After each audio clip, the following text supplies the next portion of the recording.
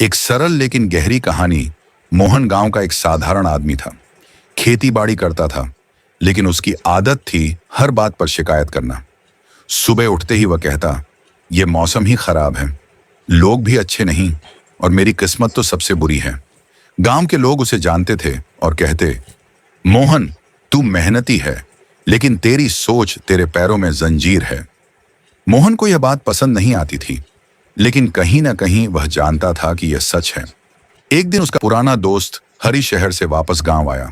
हरी पहले गांव में ही रहता था, लेकिन काम सीखने शहर चला गया था। अब वह अपने खेत और घर दोनों अच्छे से संभाल रहा था। चेहरे पर आत्मविश्वास, बोलचाल में सादगी और काम में लगन। हरी देखकर लगता था जैसे उसे कोई चिंता ही नहीं।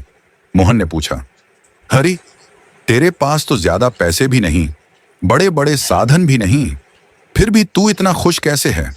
हरी ने मुस्कुराकर कहा, क्योंकि मैं अपनी जिंदगी का मालिक खुद हूं। जो मेरे बस में है उसे पूरी मेहनत से करता हूं, जो मेरे बस में नहीं उस पर समय बर्बाद नहीं करता। मोहन ने हंसते हुए कहा, ये तो बड़ी किताबों वाली बातें हैं, इसका आजादी से क्या लेना देना? हरी ने गंभीर होकर जवाब दिया, अरे मोहन, यही तो असली आजादी है, जब तू अपने डर, लालच और आलस से आजाद हो जाए।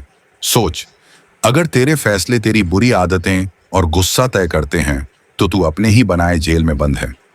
उसने आगे समझाया, आजकल लोग कहते हैं कि देश आजाद है, लेकिन बहुत लोग अभी भी कैदी हैं।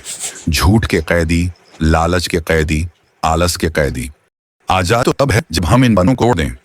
मोहन को यह बात भीतर तक छू गई।